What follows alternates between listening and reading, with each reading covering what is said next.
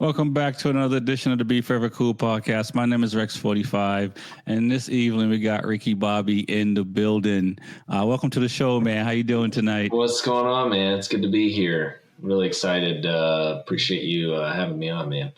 Listen, man, no doubt, and I appreciate you coming on, and you reminded me the other day when I was on you guys' podcast that you've been, chopping it up on IG for a while now, and I didn't make the connection at the time, and then I was like, oh yeah, box tools and stuff, and it's just like yeah. So I definitely appreciate you connecting and reaching out in this community and stuff like that, because as you know from the show, I tend to be somewhat standoffish at times, and most times, especially at the track, more because believe it or not, I do this show, but I'm a pretty shy individual. Yeah, no, I hear you on that one, man. It's doing the podcast thing for a little over a year. It's been since February of last year. It's definitely been interesting. I'm not a shy person. I talk to everybody, and people that know me know that. So I'm always happy to talk to people. I just love engagement and, meeting new people and always making new connections. And as my wife says, I can make friends with a rock. So I might have to ask her if that's a good or a bad thing, but yeah. At least you're not afraid to talk to anyone, which is awesome. Yeah. And we'll get into all that, man. Yeah, man. And so let's just jump into it, and let's talk about how you got into riding. What was your first, if you have a first memory of like, I want to go ride a bike, and then we'll talk about track day and racing after that. What was that for you? So I grew up in Southern California, in Orange County. So my brother used to race dirt bikes at Saddleback motocross track, I guess is what it was called back in the day. And, Saddleback, Elsinore, all that was like the mecca for motocross and supercross since the beginning of time, right? So my brother's 12 years older than me, and I'm 46 now. So, he was doing it in the early 80s. So he convinced my dad to get me a ATC. So okay. I was one of the, I guess, rough riders, if you will, that rode the three-wheeled Honda 70 ATCs. And I love that thing, man. I have fond memories of riding that bike in Victorville. Right. Aren't those things outlawed, if I'm not mistaken, the three-wheelers? Well, yeah, I flipped it over, I think, when I was like 8. Wow. And then 7 or 8. You were on it young. Oh, yeah. No, I started, my brother had me skateboarding before I could talk, but I was never good at it. I could just, just go on the skateboard, but I can't do any tricks. I'm not gifted that way. So, yeah, still.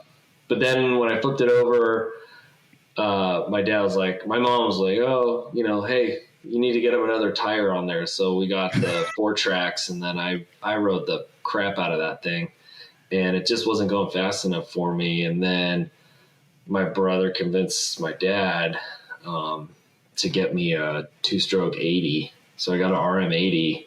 I never driven a clutch before, and I think I was like 12. Okay. So I had kind of a late start if you were to look at like dirt biking, because I didn't go a lot. It was always whenever, like, we would go as a family to the desert. And then my dad got into treasure hunting around that time.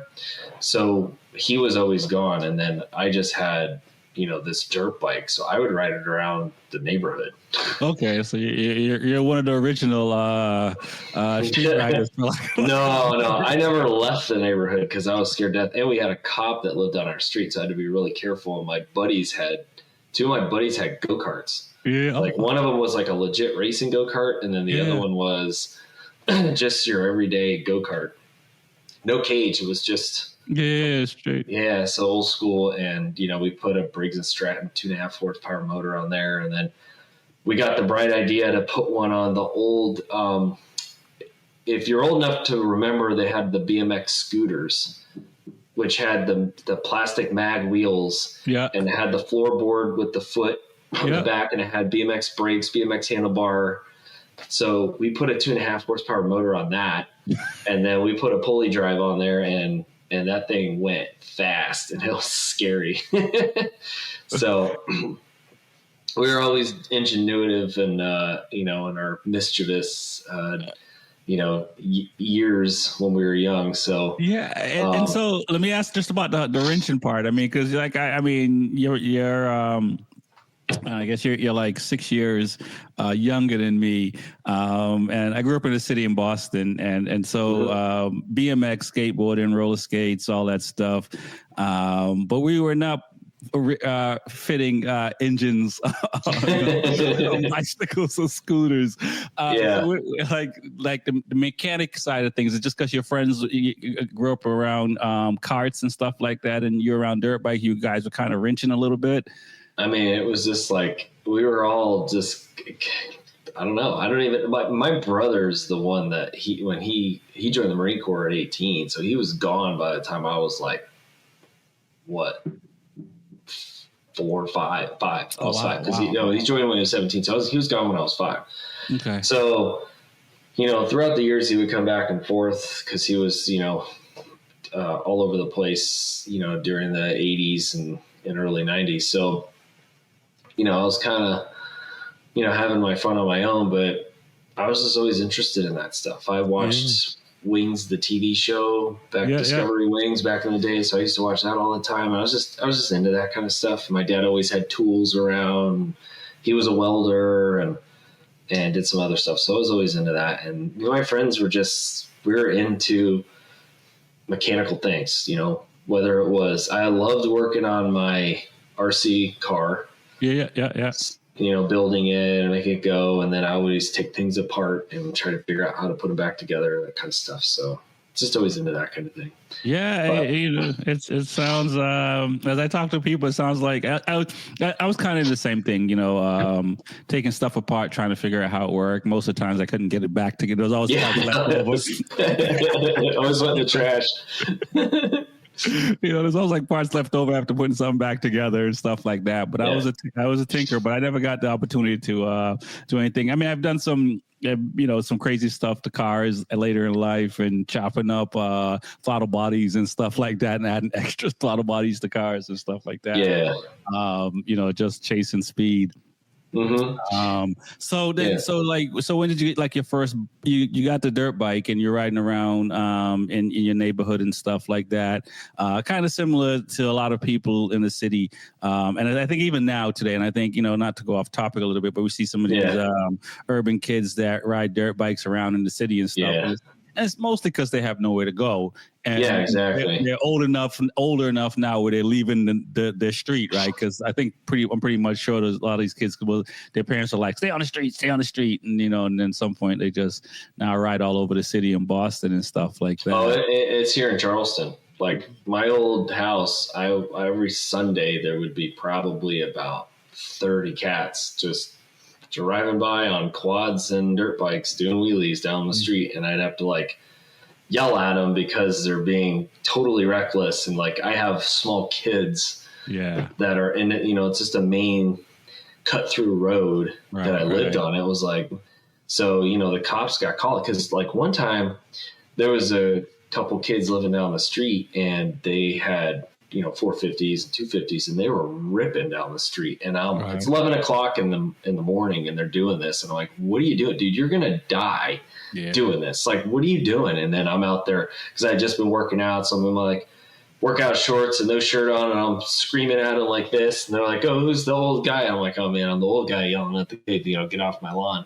But then they made it a point to mess with me after that. So it was just kind of a shame. But I think I'm not making an excuse for young people, but as a downside, when you're young, you don't got any sense, and you don't understand a lot either, right? Because I didn't do a lot of stupid stuff on bikes because I wasn't really riding them when I was younger, but I did a lot of stupid stuff in cars, and so like most people, when you're young, you do that, and as I'm older, I realize I'm not saying this is city's fault, but knock down some of these basketball courts and put up some dirt bike tracks. Yeah, for sure, man. I'm all about that.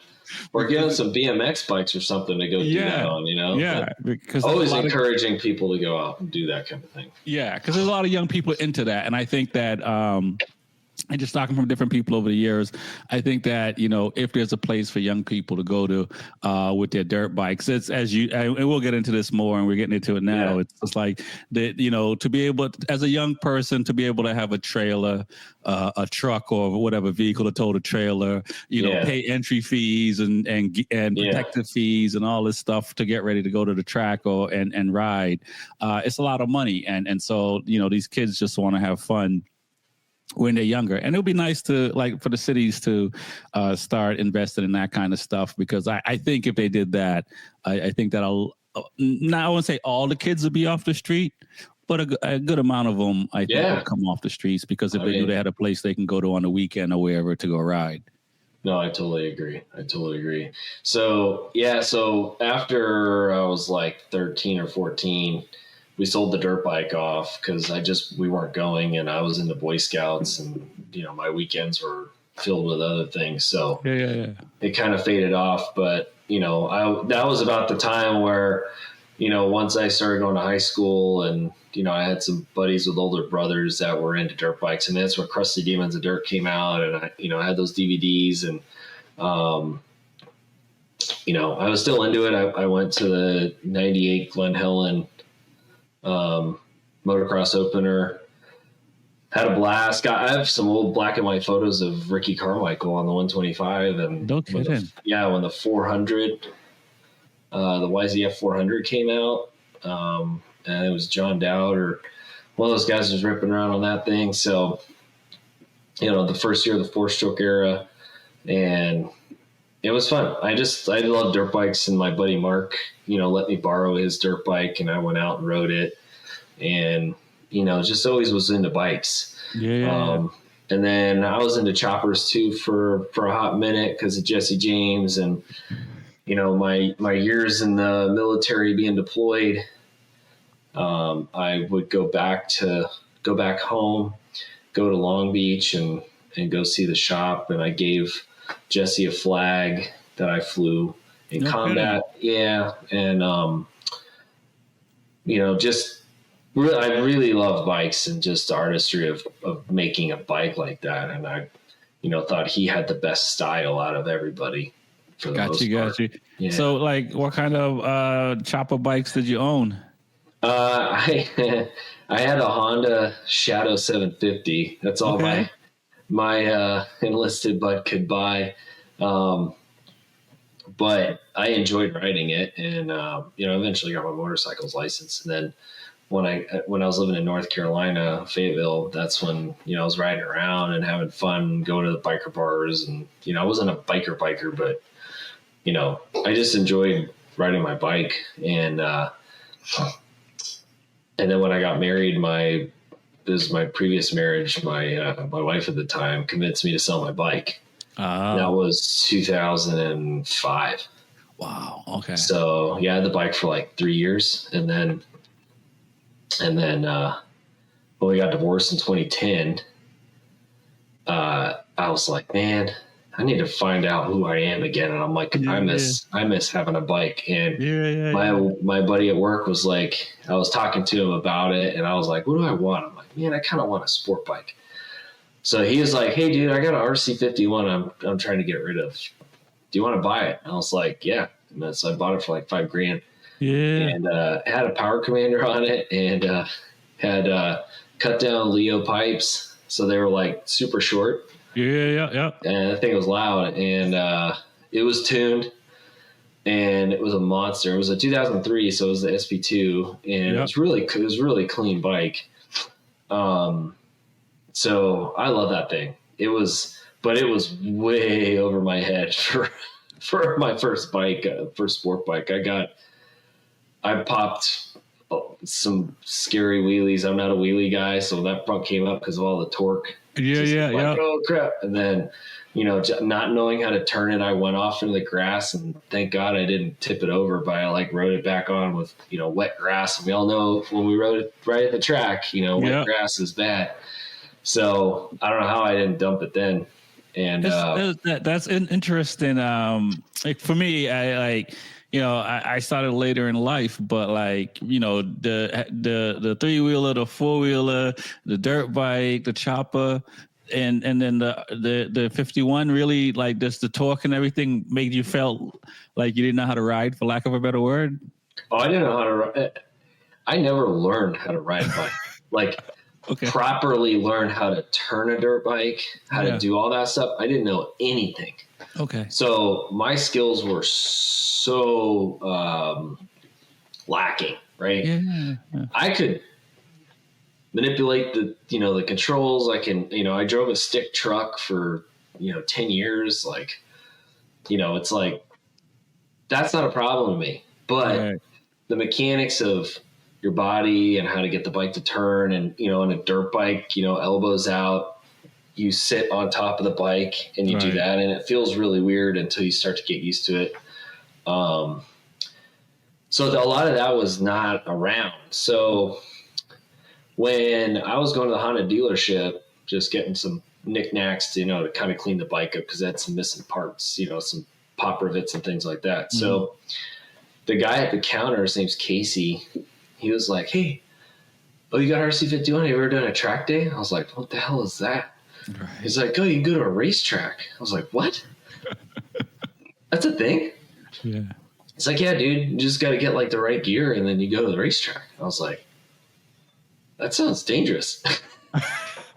Just like a street rider.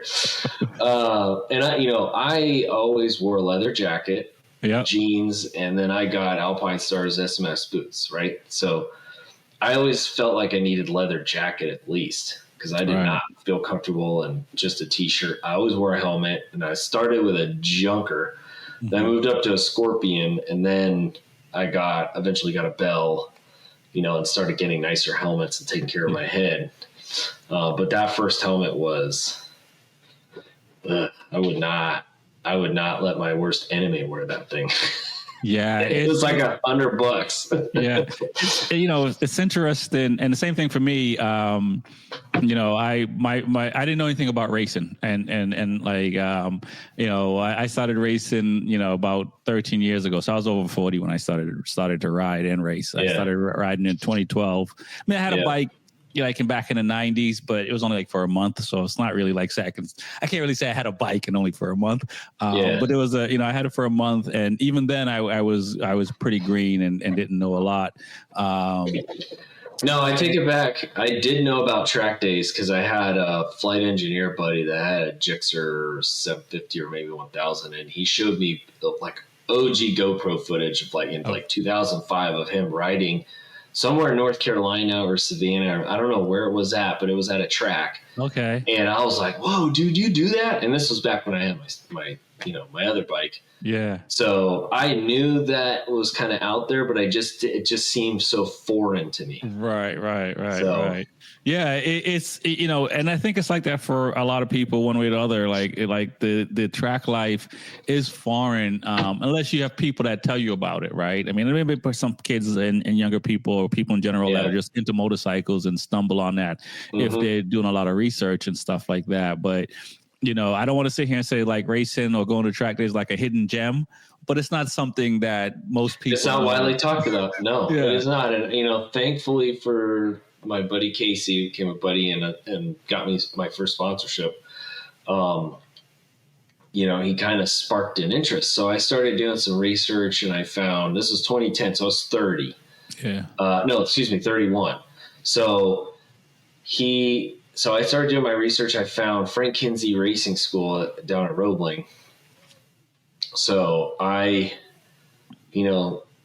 after my divorce, I was like living at a buddy's house, paying for a rent, in a room. And then I had my truck, and then I stupidly had to go buy a Lexus IS 350. So that's a nice car, man. It was 4 years old at the time. So it was like, had some higher mileage, but I was single again, and I didn't need to be rolling in the Danger Ranger. I had a 98 Ranger with manual windows, in a truck cap on the back. It wasn't I wasn't going to picking up some ladies in that thing. So So I had my bike, and then, it was like, I got to go buy some pants. So I bought some pants to match with my Frank Thomas jacket, because I bought everything at Cycle Gear because I didn't know any better. Yeah.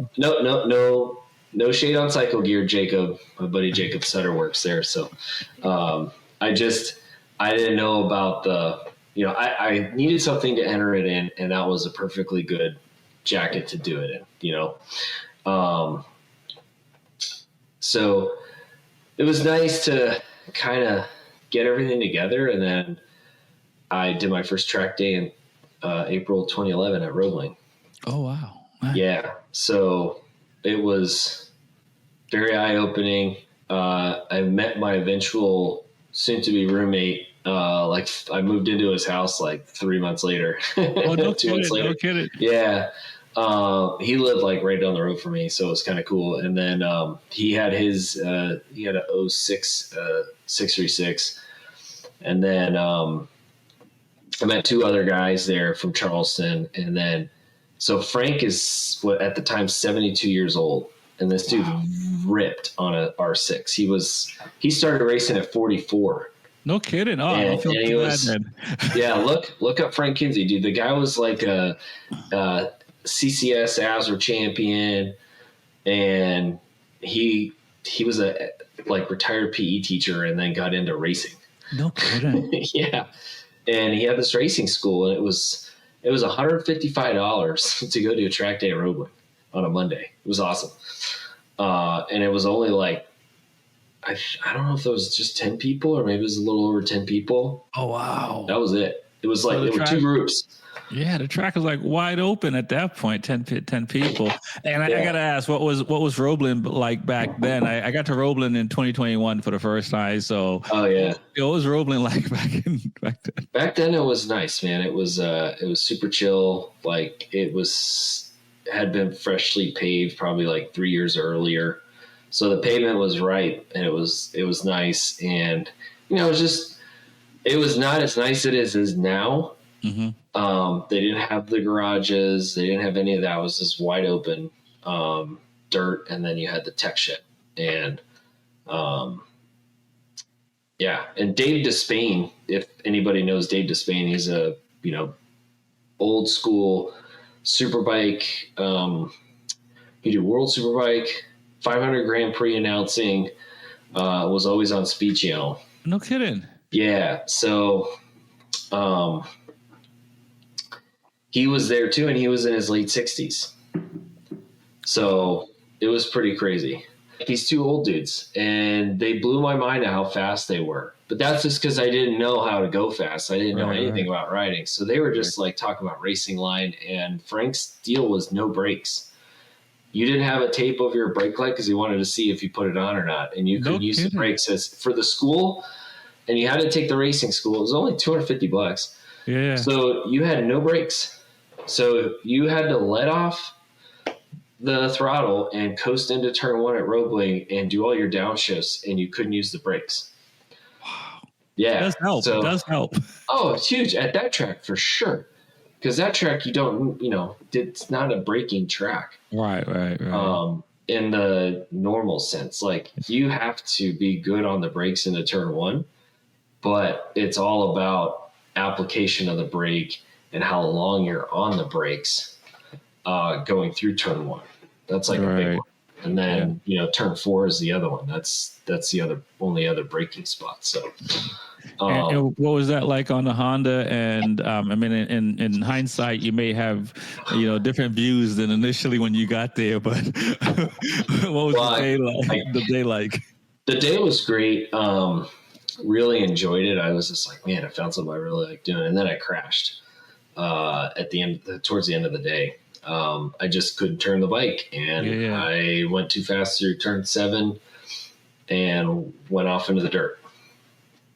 So banged up the bike a little bit, but I survived fine. It's really nice that the road to get to Roebling is called Roebling Road. So when you apply for insurance, I crashed on Roebling Road. Right. Good. Yeah, my race bike don't have insurance, but this is my street bike. Yeah. To So I eventually got it rebuilt. They had the cheap Chinese fairings on there because I wanted the Nicky Hayden fairings. And then, when I bought the bike, I got into watching MotoGP. Okay. And World Superbike and eventually AMA Superbike at the time. Right. And this is like 2006. No, that was 2010. Okay. So it was the year Jorge won the championship. Yeah. I knew about Nicky Hayden so back to story up. I lived in Denver in 2001, and I was trying to get a F4i because my buddy who from high school had do you have a 98? Yeah, it was a 98 VFR F1 Interceptor. Okay. So he had that VFR 800 with the single side swing arm. Yeah. Sport touring bike. And then he eventually got a 954 or 929 Arion edition. Yeah. So he was all into sport bikes. We would go up or take a highway. I rode on the back of his dad's BMW because he's like, come on with my dad. I'm like, I felt weird, like riding on the back of a dude's bike, but I was like, whatever, we're going for a ride. I'm fine with that. Right. So he kind of wanted to get me into it. So I was looking at buying an F4i back in 2001.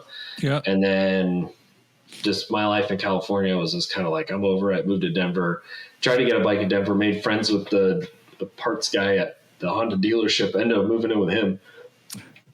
In hopes to buy a bike because he had what the hell did he have? He had it was the Naked Ninja 750. It was like a ZX7 something or other. Yeah. So it was a blue that Ninja blue, and it was like a blue and silver or whatever. Yeah. And so he had one of those, and he was like, "Yeah, let's go get you a bike." So I was looking at getting a Buell Blast, and then I realized, I'm like, this thing's kind of chintzy. I don't want to ride this thing.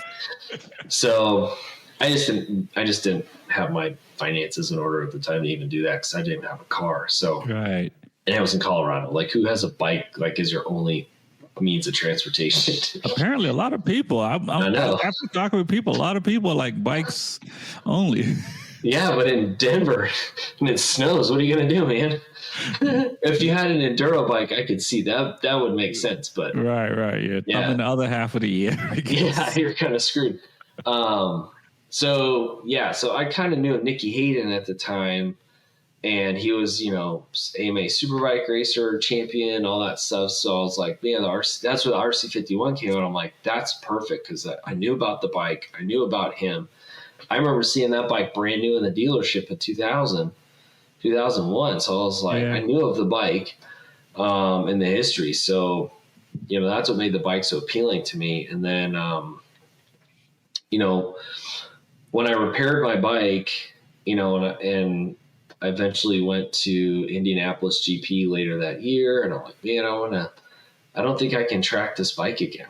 I need to go get a track bike. So at the place that repaired my bikes, this little dinky shop with this one dude who owned it, and it was kind of a sketchy place anyway. My buddy eventually became my best friend, but Jason Duplantis, who's a longtime racer in the Southeast from like the early 2000s, and he had a 07 CBR 600RR for sale. Yeah. Super cheap. It was like $3,500. Oh, wow. Yeah. So I was like, all right, I'm going to get this thing. So I saved up my money and got that. And then I had the Honda, which eventually got ran over downtown, like backed over. Oh, man. And I was tearing it down. I was in the process of tearing it down, hand brushing the frame, spraying the legs, and making I was making a Colin Edwards replica. Okay. With the Castrol, and then I was getting high mount, Two Brothers pipes made for it, and like the thing was going to be legit. And the guy who owned that shop it was just such a sketchy situation. So I eventually sold that bike in pieces. Wow. The next year to go racing. So on the RC51 or a different bike? No, the Honda, the 600. Okay. I sold the RC in pieces. It gutted me because when we went to Indy, my roommate he ended up buying a 2002 RC51 after I moved in and had my bike. He's like, I want that bike too. So he went and got that bike. So we rode up to Indy together, both RC51s in the back of the trailer with my truck. And we drove from Charleston to Indianapolis. It was an awesome weekend. Yeah. And, man, it was so much fun. What was MotoGP like at Indy? Dude, it was not even, the racetrack was cool. It was downtown was packed, dude. I'm talking like Meridian, the main area with the fountain, and then all the streets were just bikes everywhere. It had to be like a couple thousand bikes. Wow. Easy. Yeah. And then, so I met up with some guys on the RC51 forum, because forums were big back then. Yeah. And so we had 4 RC51s parked together in a row, and every dude that knew that bike, and there were a lot, they would come up and be like, "Oh my God, I so regretted selling my RC51." I'm like, man, I'm never going to be that guy. Well, a year later, I sold my RC51. Oh, man. Dude. And I regret it to this day. Listen, I think I regret selling every bike I've had. And now I stopped selling them. Like, when I can't move, I'll put a for sale sign on them. I know, right? So that was wild because so me and my buddy had moved our bikes down to somewhere else, and then we were just kind of checking out some other spots. And when we pulled up, Mike Epps was right next to us. No kidding. Yeah, he had a Gixxer, and he was kind of messing around. He's like, "Hey man, how do you ride this thing? Do you guys know how to ride this thing?" We're like, "Oh my God." We were kind of jerky. Yeah, it was Mike Epps, dude. I was like, "Oh my God, dude, saw you on Friday." Yeah, no, that's one of the craziest thing is, and there's no like you really can't tell who rides a bike and don't ride a bike. Oh yeah. But it's always fascinating when you see, I mean, I would have never thought, Keanu Reeves would have his own company, much less ride a bike kind of thing. Channing Tatum. Yeah, it's a wild. bunch of guys. It's wild to see, even Dave Chappelle, he had a Royal Enfield and rode across the country in that, right? When after he left the Chappelle show. Oh, I didn't know about that. Yeah. I saw little stories here and there about him. He'd ride. He had a van too, so it wasn't like just riding across the country all the time. But he had a support vehicle. Yeah, he had a support vehicle, but he would ride to that, and that's. I mean, I assume it was the 650, so I can't imagine it was that fast. No, it's just a cruiser. Yeah, you know what I mean. So it's interesting to see who, the celebrities that that ride bikes or into bikes. Yeah, for sure. And it was like just being there was amazing. And then, watching the race, was 2011. Yeah, it was the Stoner show. And then Rossi and Nicky were struggling on I don't even think they finished the race. Like, it was that bad on the Ducati. Yeah. So, I have video of Marco Simoncelli ripping around there. And that was the famous year where he, I think Dean Adams had the story about where they ran into him, or something about him going to Perkins and eating breakfast. And, it was just, and then, just being in the crowd and running into like Colin Edwards, and, my roommate got a t-shirt cannon shot to the face from Colin, and I think Scott Russell was there, and Kevin Schwantz, and everybody was there. And then, the Haydens had their the family booth where they were selling merchandise. So it was kind of cool. Oh, and a funny story. So, because we bought our tickets, the way we did, we got a free parade lap. So me and my roommate, and then like one other dude in the RC51 group, like, we kind of rolled out. And then for some reason, I don't know what happened, but whoever was supposed to guide us around disappeared. Gone. And I had done my first track day, mind you, right? So I know everything now, right? I know everything about riding. Exactly. So I am like, Full gas. I freaking pinned it. And we come around, and I'm like, there's still nobody in front of us, and we're getting it, dude. I'm like, we're getting it. And then I come down the back straight, and then there's like a whole like slew of people you could see down the back straight, that like, you know, the straight that goes in the middle of the track, like in the middle of the circle in the road course. There's like a long straight. Pin it. And you could see people's heads turn and look like, what the hell's going on? Because this, you know, 3 RC51's like, right. And so I'm just like, hey, we're getting around to the end. We're just having fun. And then by the time, so they roll you down pit lane where all the GP bikes are just laid out. Yeah. So I roll by the Ducati pit with the bikes out there. I'm just like, rah, rah, rah. And then later on, I think it was Sunday. So we were me and my roommate were cruising around. Oh, by the way, my roommate's name is James Stewart. Oh. And he's white. So I was like, the white Bubba Stewart. I was laughing at him. So we were sitting there walking, and this golf cart goes by, and it's Nicky Hayden. Yeah. And I was like, RC51, yeah. And then he's like, like that. I was like, oh, come on, man. What are you talking about? Oh, I was so disappointed. Oh, man. Well, I mean, I guess he signed to Ducati at that point. So. Oh, he was already, he'd already been with Ducati for this the second year. So. Yeah. It was a bummer. But, you know, hey, you know, he's getting paid a lot of money to be a Ducati, so who cares? Got to make a little face, which is unfortunate, but that's pretty cool. It's fun stories. And going to Indy, because I mean, I've been fortunate to go to COTA for GP, and again, I got into riding and racing in 2012. So I didn't get into MotoGP, World Superbike, and all that stuff until like 2015. Yeah. So, I mean, I think I've watched almost every video that's been out on MotoGP.com, back to the 500cc days. So I've watched a lot of stuff, but me too. Being in person is a little different than, you know, rewinding the tape. Oh yeah. Yeah. Being in Indy, like I wanted to go back in 2014 when they had like 3 races in the States, but never got around to it. I was kind of bummed or 15 because my wife was pregnant. So it was like, it ain't happening. Right. But it's fine. Like we're gonna get her to a GP race one of these times, and we were talking about doing one in Italy. So I was like, "Oh, you gotta do Italy." Let's do it. Yeah, I did Italy in 2018, Mugello, and I mean, I've been to COTA, Assen, and Mugello, and dude.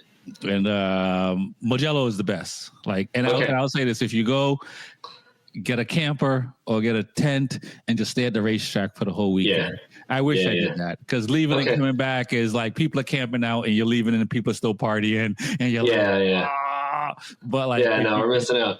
Yeah, if you can camp out there for the whole time, like camp out there, and just the atmosphere is completely different than COTA.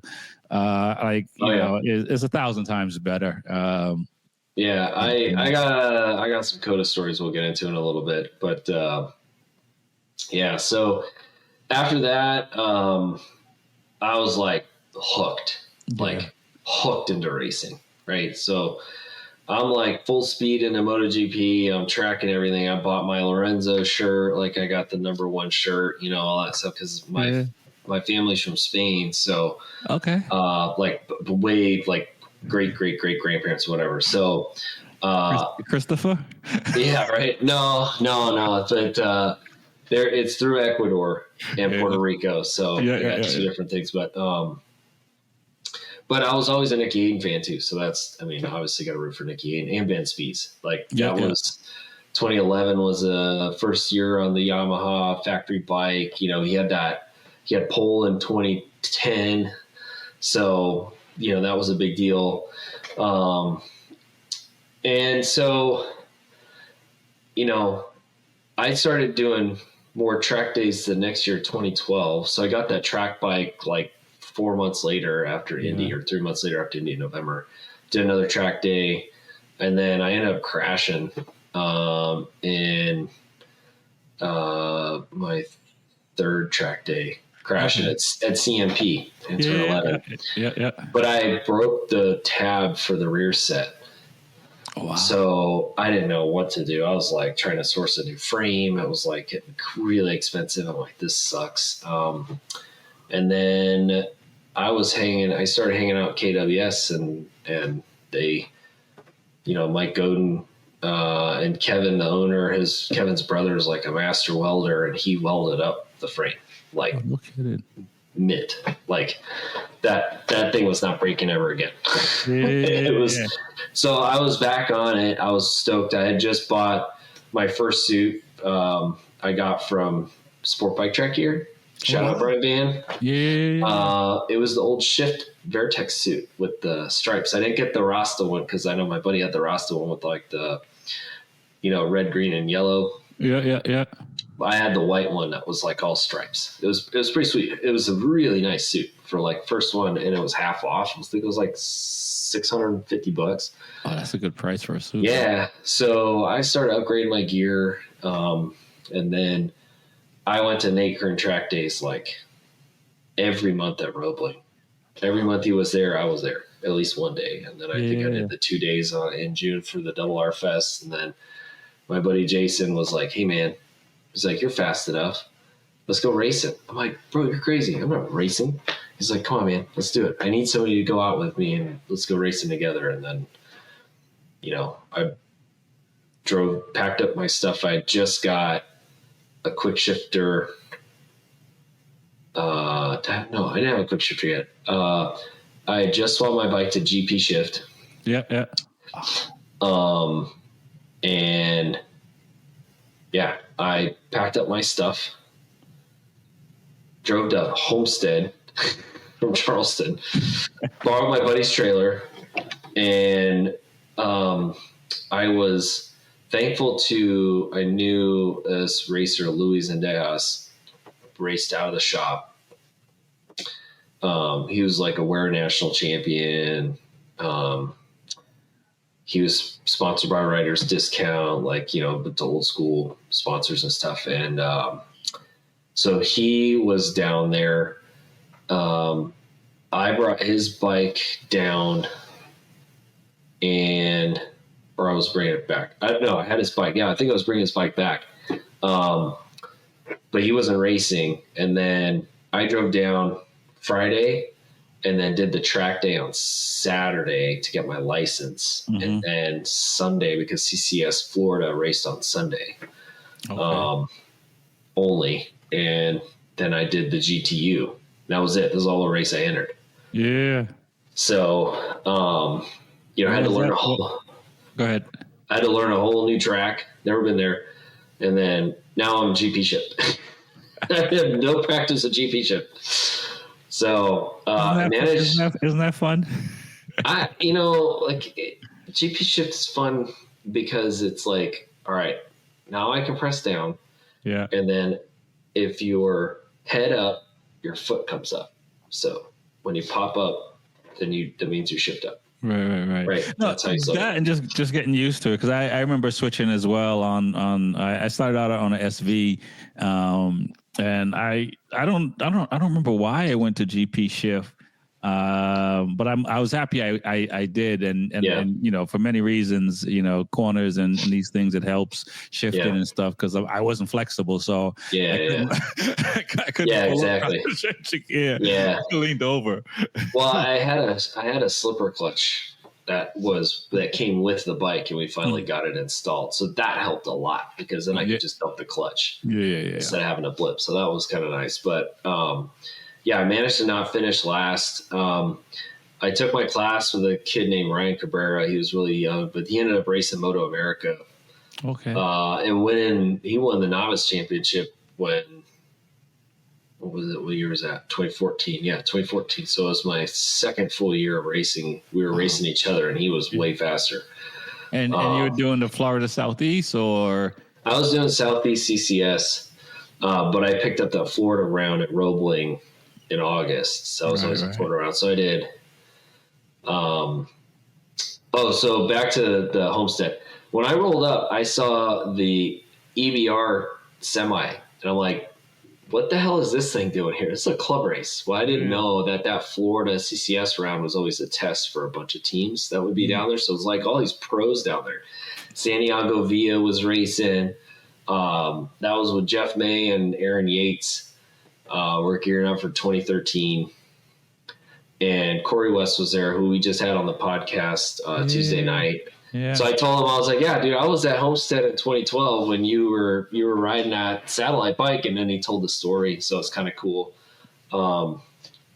But yeah, so Sean Dwyer, who I was pitted with, who let me kind of pit with him. Sean's, Florida legend. He got fourth at Jersey in the Superbike race in the wet. That was a big deal. Yeah. That was in 2014. And then I think he got like fifth or sixth at Barber. After his good buddy Andy White had passed away at Road Atlanta. So, that was a good year for Sean. He's just like such a stud, such a nice guy. He let me stay at his house. Like I just met him that weekend and let me stay at his house because I had to stay to the very end and there were so many red flags that they were racing in the dark almost at the track. Wow. Well, they probably get away with it back then.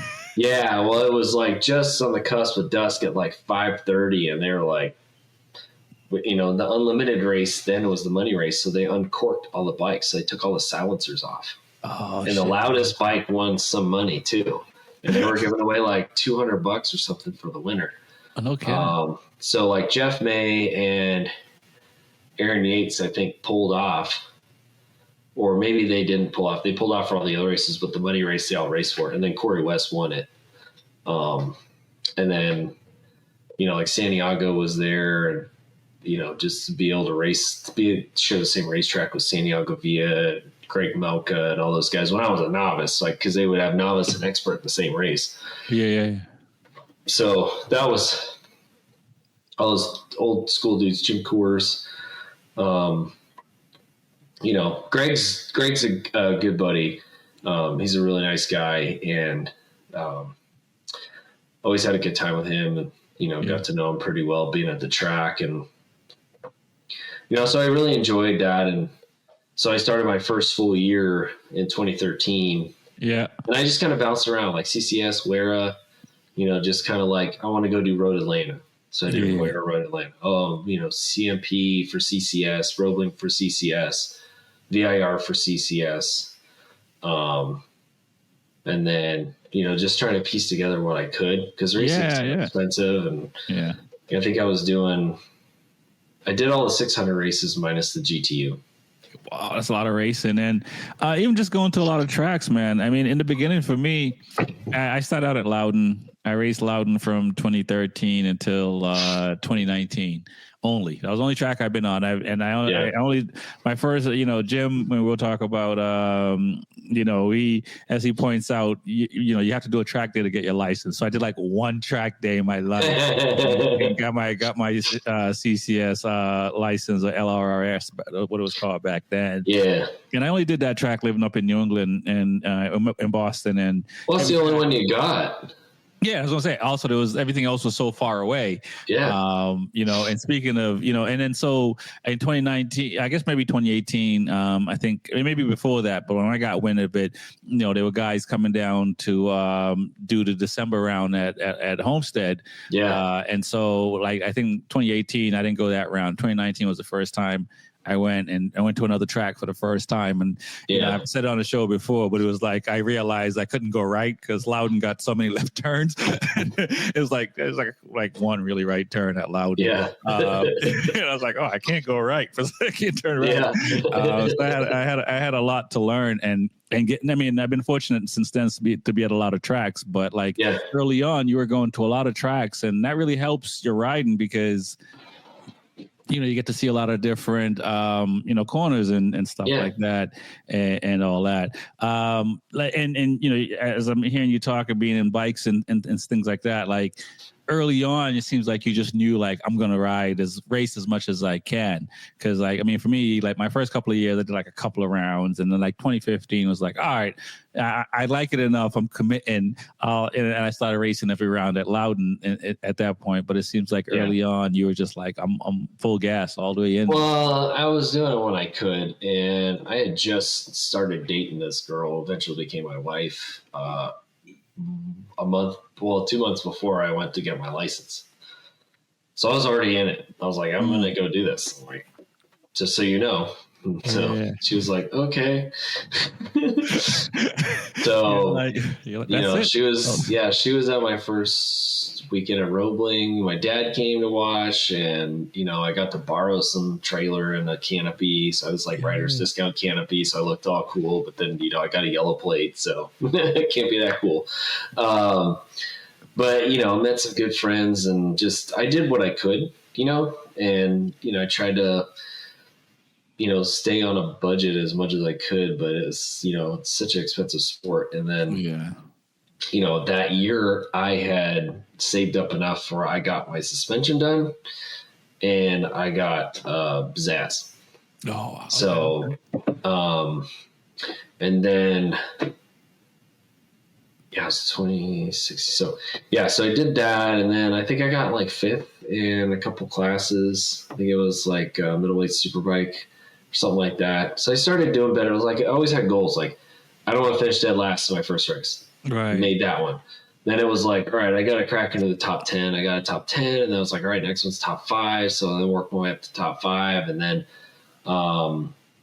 finished the year off. I stayed away from Daytona, because I always hear about people blowing motors. I'm like, that's just too much money. I can't spend that kind of money. So I'm going to have to nurse this thing as long as I could. Because it was like, it was an 11,000 mile 600. So, okay. Yeah.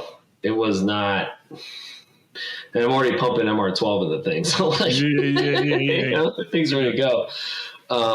So I'm trying to think, when did I do? I did a refresh, and then, we decked ahead, and we got the Zaz on there. So my bike was like, it was fast. It was perfect. So let me ask about, like, you talked about initially that, you really didn't know how to ride a bike by the time you got your Honda, the RC51. You did a bunch of track days, and you did training. I forget his name, but the Monday training. Frank Kinsey. Yeah, track days. No, I got all the stuff I learned at that point was from. I lost you. I should be back now, right? Yeah. I got a lot of information from Nate, because I was doing Nate Kern every month. Yep. Every month he had a track day that year in 2012. So I went, and I would just talk to him, and he would talk to me, and he would help me out, and we became buddies. And so that was one of those deals. Was like, I learned a lot, like body position, feet, all this stuff. And I still kind of had my little crossed up, like Mick Doohan look, and I started to work on that a little bit more, and I started to get faster, and I started to learn how to ride, and then 2014, I got my first podium. I almost won a race. I led my first race at that, March CCS round. So, but Ryan was so fast. Like, I was faster than him in the race, like overall lap, like the fastest lap of the race. I finally got into the 16s, the high 16s. Right. But he moved through traffic so fast. Like, I'm still tentative around people. Like, I just don't blast through people, but he was hanging out with Stefano Mesa and Martin Cardenas, of all people, right? So you got an AMA Superbike racer for Yoshimura, and then you got Stefano Mesa, the madman himself, back in 2012, 14. So he was still, he was riding a big bike back then, but, he was a 600 maniac. So, it was like, I worked hard for that, and I thought I was going to win, but it was my, second place. It was awesome. And then I started to get, CCMP that year. I didn't race because we got married in May. So my wife was like, you ain't racing at CMP, because if you break your arm, you're going to be in a cast X amount of months, and that's going to roll right into the wedding. So not going to happen. So right after we got married, I went to VIR, and that's when I met. That's when I met our mutual friend Jim. Conville. So, he taught me some things. I'd never been to VIR. It's a very, doing Road Atlanta and VIR, it's like two different animals. But I got around there okay. And then, did I come back that year? I don't know if I don't think I ended up coming back that year because I had a house to sell in Raleigh for my previous marriage. So racing kind of got put on the hold. Right. And then the next year I committed. I'm like, I'm going to do full season. So I got some, more sponsorship, and then, KWS has always supported me with things. And I was like, all right, I want to go do this thing. Well, that first round, I just swapped to Pirelli tires. I'm like legit ready to go. I get a third in the GTU, and then I'm sitting really good for the race. I think it was a middleweight super sport race. And my buddy Jason's in my ear. It's like, you better be leading this race. You're fast enough. You're faster than all these guys. I got a bunk start, go into turn 2, and I'm like fifth, and I'm pissed. Like, I'm mad. And then I go through turn 2, and I just grab a handful, and I light the back end up. The bike spins around. I low side. I didn't high side. I low sided, spinning, rotating, and I was sitting up on my torso. So like my butt and legs make that, right? So I'm sliding on my ass. Yeah. So I'm sliding off the track, and I do a 180, and I'm looking at all the traffic coming at me as I'm sliding off the track. I'm like, holy crap! So then I do a tumble, and then I have this like massive pain. What was it? My right elbow.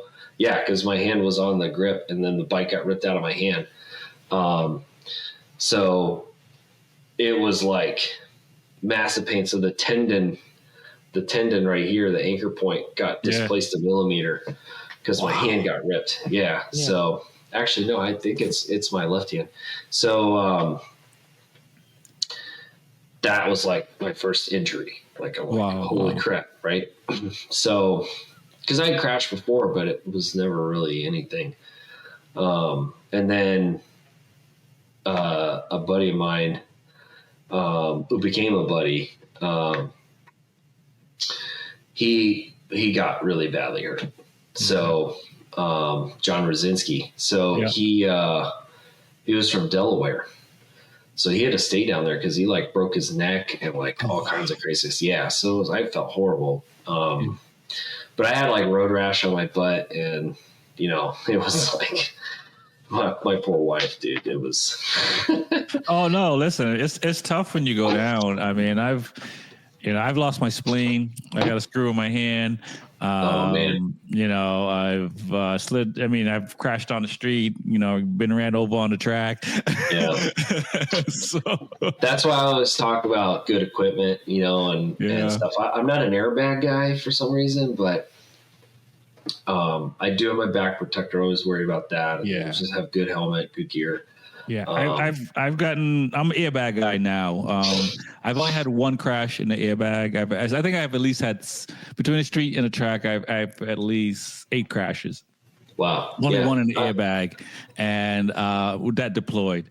And I'll take an airbag suit all day long. The recovery time is a lot better by far. I mean, obviously, if you hit something that's not moving, it is what it is. Yeah. But if you're just gonna slide and go for the bike or whatever, it's a lot better. You know what I'm saying? Obviously it's better to stay up, but no, if you can, man, get used to it, because I haven't had a crash in a while, in some years now, which is great. Yeah. but you never know. And you never know. You just want to be prepared. Yeah, you know what I mean. And now that with the tech and stuff, I don't have to tell you about that part of it, but with the tech and stuff, it just makes sense to do it because you just never know. And the landing is a lot softer. Yeah. I'm just not one to grab a handful of gas. Although that one time I did, and it did result in a high side, which was crazy. But yeah, that one put me out till like July. Wow. So I was trying to find out when I could get back on the bike. And I'm like that guy. I'm not even getting paid to ride. I'm like, when do I get to get back on my bike? Yeah, that's the worst. Because for me, I was out for a season. So my accident happened like in August, and I was done for that season. So I didn't go out again until the following season. And my hand wasn't even fully healed when I went back out. So that was also another bad move because I had to adjust my riding position to ride. And then when my hand felt better, my riding position sucked. So it's like, I should have just took the time off. But but in that moment, you just want to get back on the bike. You know what I mean? Because you love it so much. Like I love racing. I love riding. Racing not as much anymore, but I still want to grit up and all that stuff. But it's just not like I just enjoy riding. Yeah. And I'm such a racing nerd. Obviously do a podcast about racing and we talk about it, after all the race weekends and stuff and everything surrounding racing. Cause it's just, I finally found something, in my life. Cause I didn't grow up doing, I did T-ball one season. I played like a couple seasons of soccer. I just wasn't into it. I was into airplanes and eventually got a job at Boeing and was there for 16 years. And, that was awesome, and been flying on airplanes for 23 years and with the military. So it's, I have that part, but I never, I tried to become a pilot. I never finished it. I still want to finish it just as like I want to do it. And right. I hear you there. That's a bucket list of mine. So, I was almost there. I was like 25 hours in. But there's the riding the bikes, man. I'm like, man, I don't want to give that up. Yeah. It's just so much fun, and you just enjoy the camaraderie, the community. Everybody's super cool.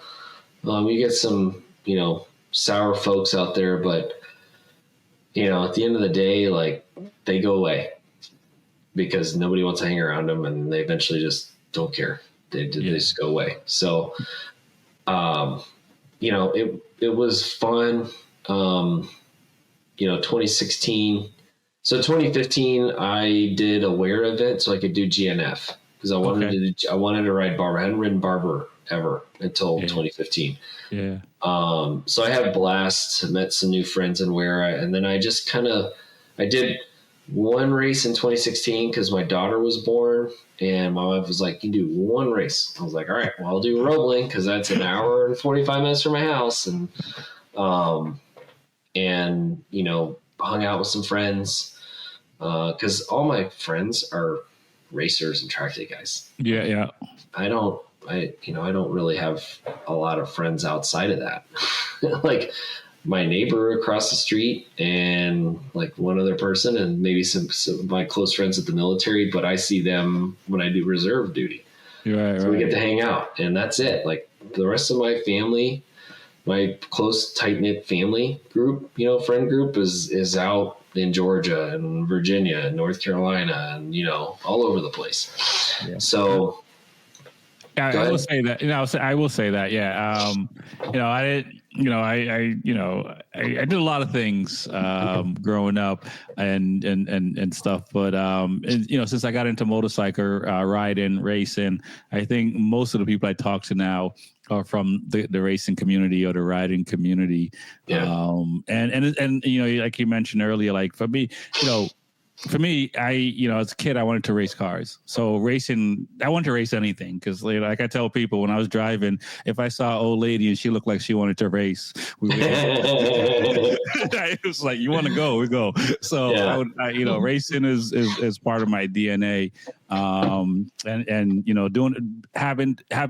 the ability to do it and do it in motorcycle racing has been really great, and the community is something that I didn't know existed like that. Playing basketball, playing tennis, and music, and other things. Like the community is a little different. The motorcycle community is a community that just, everyone helps you. And for the most part, I know, there are some sour grapes in there for sure. Like you mentioned, there are people that, for one reason or another have a bad experience at the track or around motorcycles.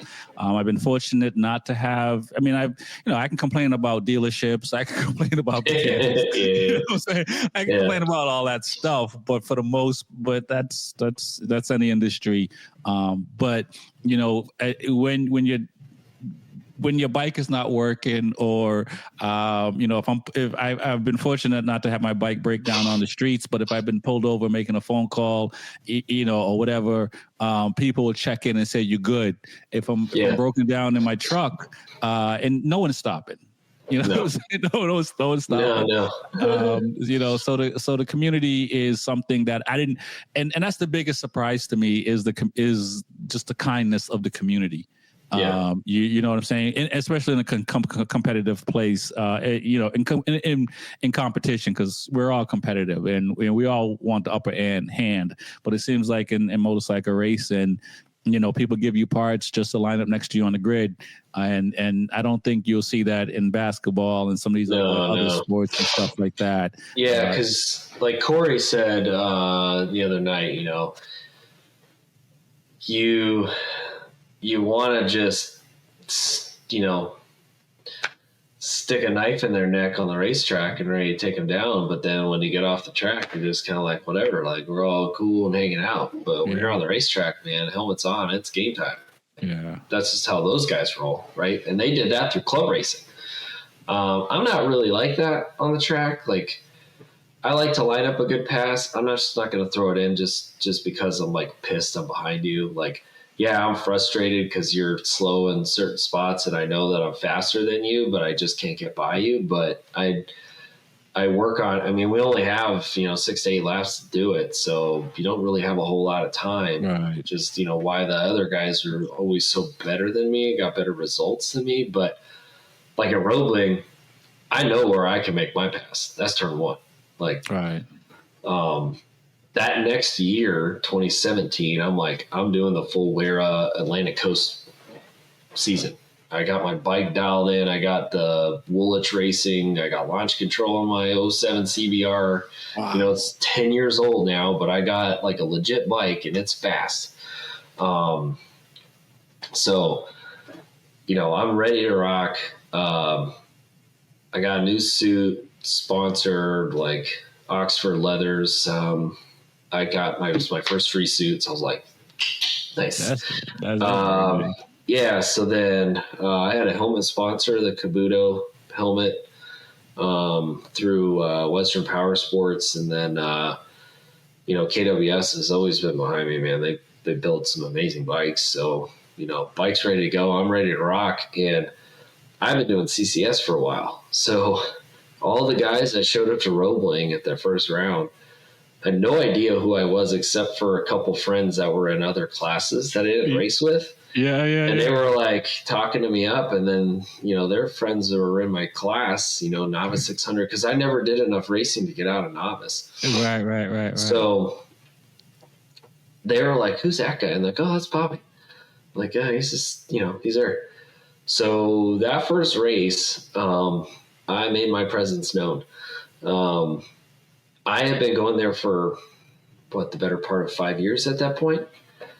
And the previous James Bach track day, I was feeling good, right? I'm like, I feel good. So I didn't know where I was going to stack up all those guys because they already went to tally. So they're already, up and running. And I'm like, Right. So I got stuck because there were so many stinking novices in the C Superstock that I got stuck on a second wave, front row of the second wave. But it was a simultaneous start. So I knew I still had a chance because I'm like, man, I can't win from back here. This is crazy. There's already a whole wave in front of me. So I'm like, all right, well, I've never done this launch control thing, so we're just going to let it rip. I got the launch of a lifetime because when that thing dropped, I just felt so good on that bike. I could launch the crap out of that bike. Wow. So I got going. I got around 6.2s by the time I got into turn one. I don't know how I caught the first wave, but I caught him and I got past him in turn one, and I think I was slotted into seventh. Wow, overall. So every lap, because there's 8 laps, I passed somebody going into turn one. Just pick them off because I just know that track really well. And those guys are doing like mid 17s. Dude, I dropped like a 16.2, 16.5 on these guys. I was second faster than them. Wow.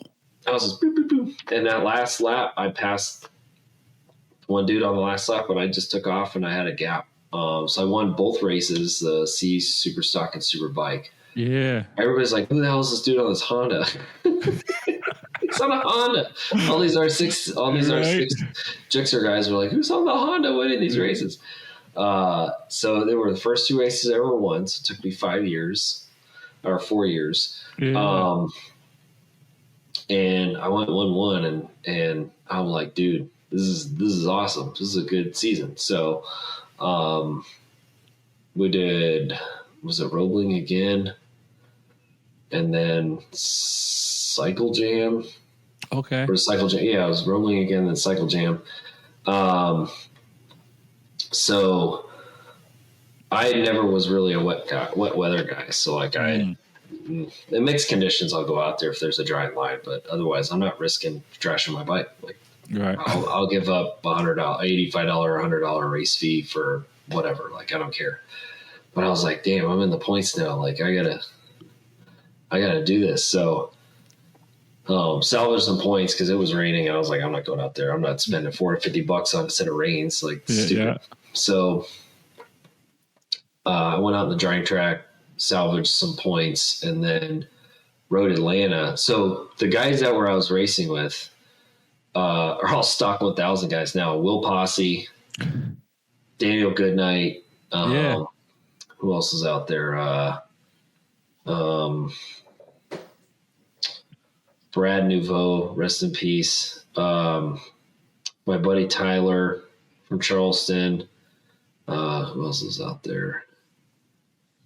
Lee Henderson, Zach Sears, rest in peace, Zach.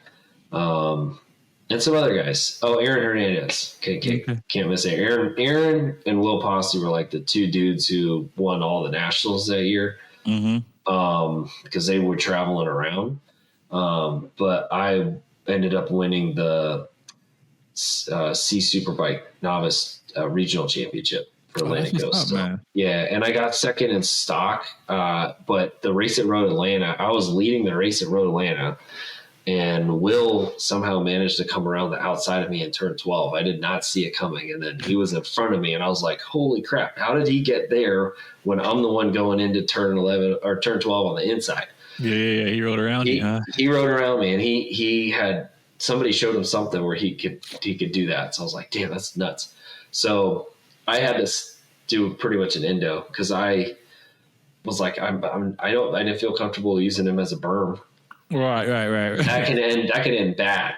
Yeah, so I just did an endo into the gravel, and then I managed to keep the bike up, and then got back out there, but I was 27th, so like I had nothing. No points in that race, and then no points in the stock race at Roebling. So I lost by like 10 points or something like that. So I could have won that one too. Right. It's that's interesting. And you mentioned this early on, and as you're telling your story, riders that take more risks than other riders, right? Because it's the same thing for me. If I was younger, maybe I probably would. Chances are I probably would have, because I did it when I was in the car. I don't make passes I know I can't make. I got to know I can do this. I'm in the same boat. You know what I mean? If not, I'll wait, and I know I get you on a straightaway. I'll get you somewhere else, or be a little bit quicker and stuff like that. Yeah. Or try to time the pass. Try to time the work on getting up to the point where you can time the pass, like getting through the kink. Getting close enough at the kink at turn at Road Atlanta, coming up over the top of the hill where you can take them out in 10A. Yeah, exactly. and just ride alongside them and then take the line away and then do all that. Cause I did that a couple times, but, trying to do a pass in turn 6 is super sketchy for me if you can't get a drive up the hill. Like, I'm just not going to do it. Like, yeah, and for me, when we're talking about airbags and stuff like that, my last few crashes, other people took me out. You know what I mean? And my last crash was I didn't want to run over a rider. Somebody took him out, and he was sliding right across in front of my bike. Yeah. And it was either I go over the bars and try to miss him, or run him over, and I chose to go over the bars because And I bring that up to point point out that there are a lot of people that take chances at the club level racing and stuff like that, trying to do passes that either their timing isn't right or they don't have the skill set to do that pass. And exactly. they just, like when I think about it, like, you got this effort mentality when I was younger, so I'm going for it. Let's see what happens. I just can't do it because I got to go to work on Monday, right? Yeah. I don't want to pay medical bills. Like I don't want to fix my bike. I don't want to break my bike. So I try not to override myself. I'll push a little bit, to get there, but I'm just not going to kind of do that. And what's funny is like a lot of my I didn't have any race crashes. I had practice crashes or track day crashes. Cause I crashed in 2018 at Road Atlanta in turn 5 because it was colder. I was on Dunlops at that point. And I was, a foot and a half off the racing line. It was dirty, and I just watched it out. But that year was awesome. I wrapped up the championship a round early at VIR. And then we got to go up to Jersey that year. And thankfully, my wife I won the championship. I could have won it at Road Atlanta because I did really well that weekend. Like I won a race and got a second place. So it could have been done, but I kind of just was like, hey, what are we doing for anniversary? And she's like, I don't know. I'm like, well, there's a race in Jersey. She was like, let's go. I was like, really? And she goes, yeah, your mom go watch Zoe. We'll make a whole drive up there. And then I ended up bringing up a bike to my buddy Jim, stayed at his house in Delaware. And it was like an hour and 20-minute drive to Jersey. So I was like, cool. Right. And then we stayed at the track the whole weekend and had a blast and, really enjoyed ourselves. So, and I got a second and a third that weekend. So that was, track I'd never been at. Will Posse won both races because he's a maniac. So, but it was kind of a sketchy because they had a stream going through 3A into the chicane. So you had to stand the bike up, and he was on Pirelli inners. Okay. And they're just the same as the slick. He just gone. Yeah. So he was just terrible. But we were faster. He was just faster, quicker, like earlier in the race. So by the time we were starting to catch up, it was already too late. Gotcha. So, but it was fun, man. I had a really good time that weekend. Made some really good friends, or that year, and made some really good friends. And then got to Barber, and I think I got fourth in the AMA Grand National race, and I was in third, but because of the red flag, we reverted back one lap, and I hadn't made the pass yet. So, I would have had a podium in the Grand National race behind Hunter Dunham, who was racing at the time. And then, so it was a good time. And then at that point, my connections with racers started to grow. So like 2017, I really got to know Jeff May. And because he started racing out of the shop, out of KWS, all his bikes are getting worked on there. And, I had to go to his house to pick up a bike. So, getting to meet more people. Thermos Man's always taking care of my suspension. Gotten to know Fitz really well. Through Fitz, I got to meet, some other people, and then just more racers that come to the shop, like Stefano. He helped me out a lot with my Cowie. So in 2018, I wanted to try to get fast enough to qualify for a Moto America race. But in 2018, they had the Wera Triple Crown. I wanted to do one of those. Okay, so you switched bikes from the Honda to the Cowie? No, I have Starlink, and it's it's been kind of a pain in the butt because they changed their service fees for the Southeast. So okay. It's not as good as it once was. So. Oh, okay. We'll talk about that. I was thinking about getting Starlink. So I switched to the Cowie. I bought John Foy's bike. Thing was like completely decked out, and I got a screaming deal for it. So my Honda with all the spares and everything I had for what I could, because it was just just a long in the tooth bike at the time. So right.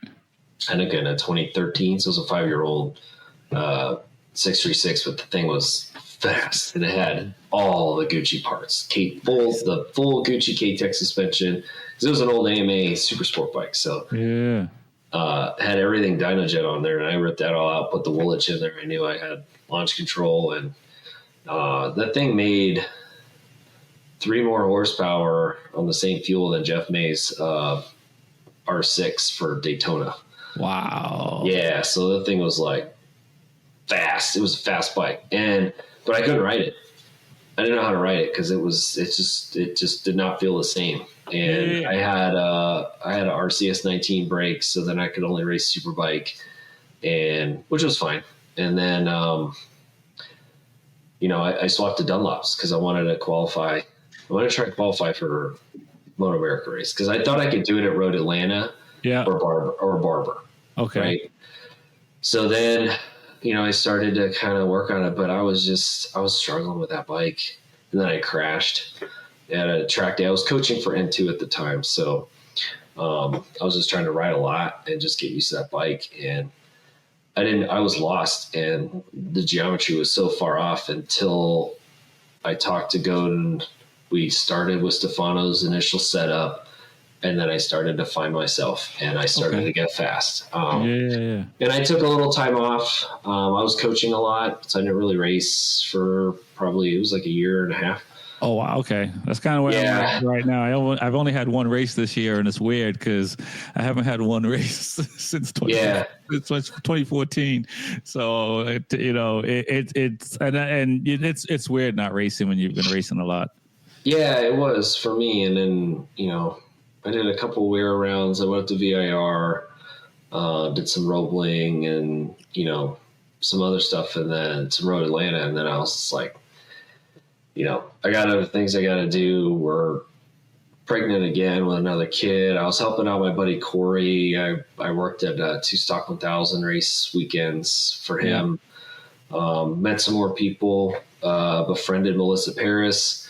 And then, some Dustin Apgard. He was a really good dude, and just some other people.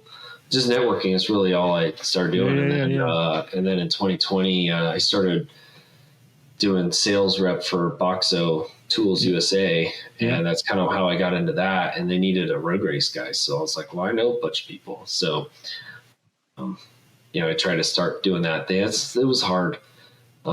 Just trying to, like, hey, this is really good stuff. You should stock it in your store. Make some money. And people were like, we don't need to do that. But on the West Coast, stuff's selling like gangbusters. So all the moto guys are all about the boxes and stuff. So. Right. Yeah, looking online, it seems pretty straightforward. I mean, how has it been since then?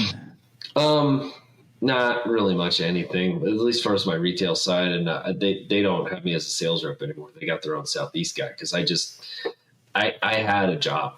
I had essentially a job and a half with the reserves, and then, trying to find time aside from racing or doing track days, so I just kind of did it as like I'm just trying to connect people, and that's kind of what I'm getting into. And so, I met Chris Ulrich at Track Day in Jennings and talked to him about it. And he was like, well, we already got stuff, and, you pretty much got to like give it to us. And they weren't doing that.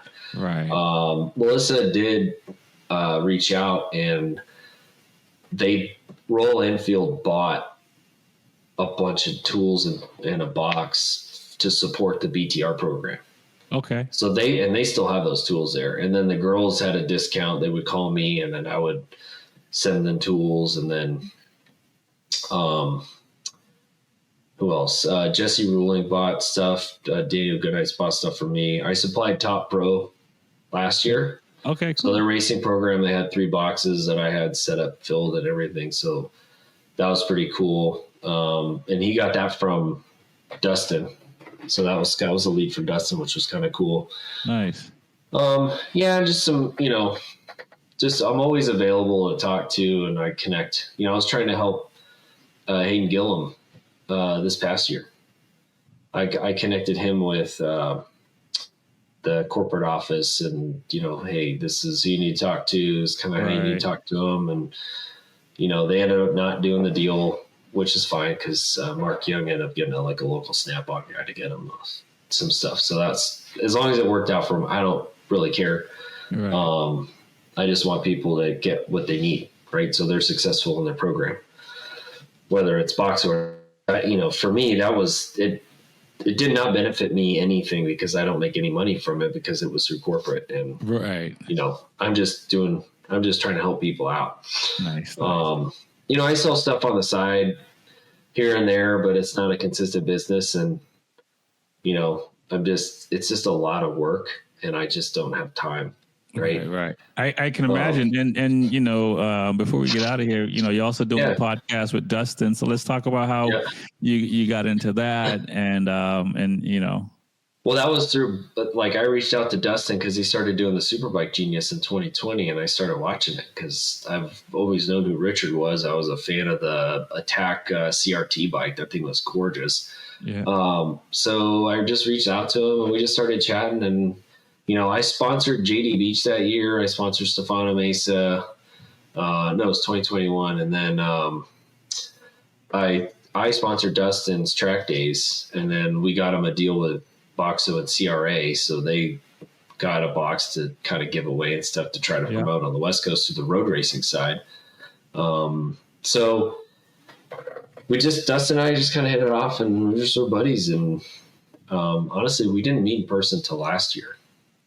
Oh, okay. On just a random trip, but we've been doing the podcast for 3-4 months at that point. But I pitched it to him last year when I was in Seattle for work, and I was like, "Hey, man, there's no racing podcast discussing the racing or the stories surrounding the racing, at least in the U.S., other than Greg White and things like that." But it's those guys are the announcers for Moto America, right? Yeah. They do this stuff all the time. Where's the everyday dudes that, club race or whatever, talk about racing?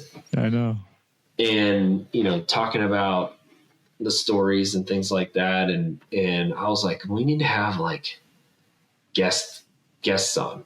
And I don't want it to be an interview show. I want passionate people that love racing, that are geeking out on racing like we do, and let's get them involved and talk. And maybe we get some high profile people, maybe we get some random people, but let's do it. Let's do the live show like you do, and let's let it rip. So, at the time, Dustin was, I'm going to look up his YouTube channel real quick because it's always going up and up and up. But at the time, he had 16,000 subscribers when we started.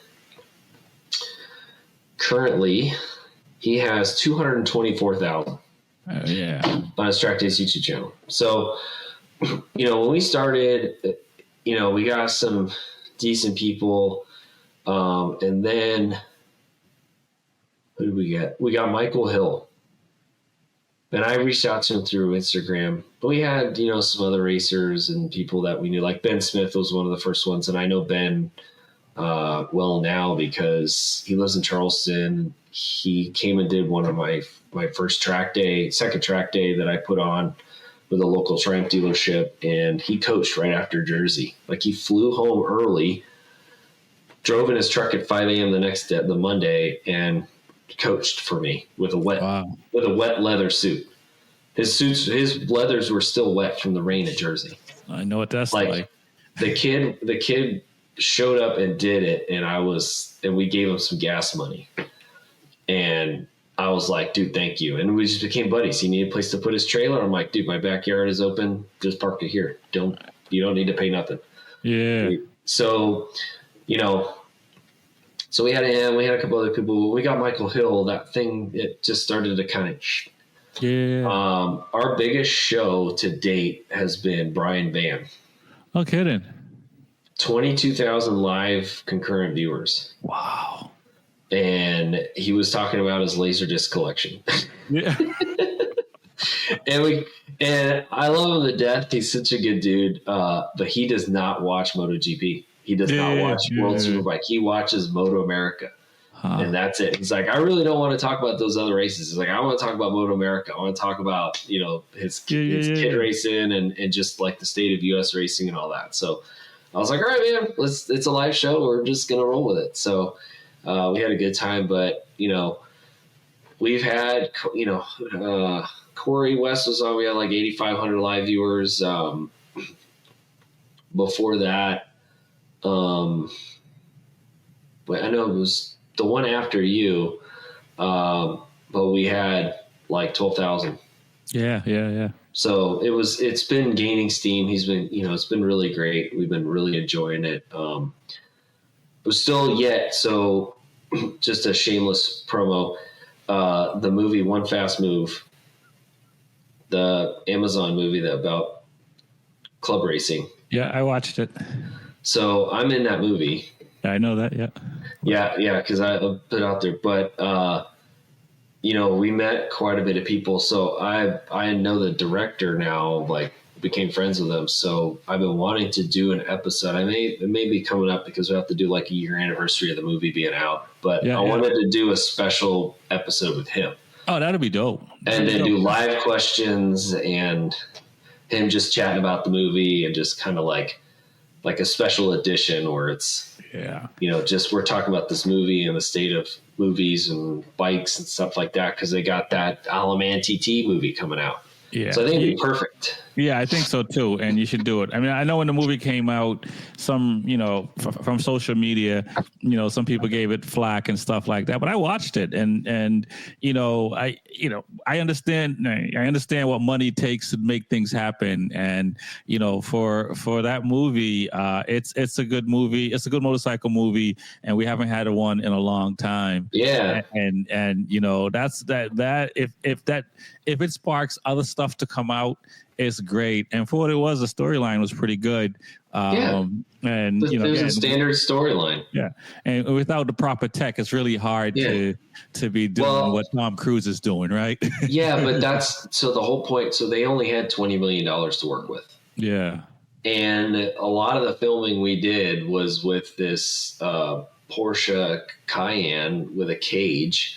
Okay. And a boom camera on it. So a roll cage and a boom camera. And they would park that thing up and then do shots with it. And then they had other people with the fixed cameras. And then all the shots of us with all the shots of the actor on a bike with bikes behind him. The actor was on a dolly, essentially like a one bike trailer with go-kart racing wheels so they could do high-speed stuff with it. But we were only doing like maybe 55 miles an hour on the track. So it was really hard to lean the bike over when you're doing like 35. So you're just kind of like over-exaggerating. But for what they did, I'll tell you what, Opie, Kaler, and Brandon Posh, I think Brandon rode that bike, and then Brian Stokes and Jason Farrell. So they were all the three lead stunt doubles. Okay. Jason Farrell was the kid Cody Farrell. They used all of Jason's stuff. Yeah. Brandon Posh was the backup for the kid. Yeah. On the Triumph at the very end. So you can see his foot, like he did the leg dangle in the 10A. Yeah. That was Brandon because you see his big old goofy foot out there like he normally does.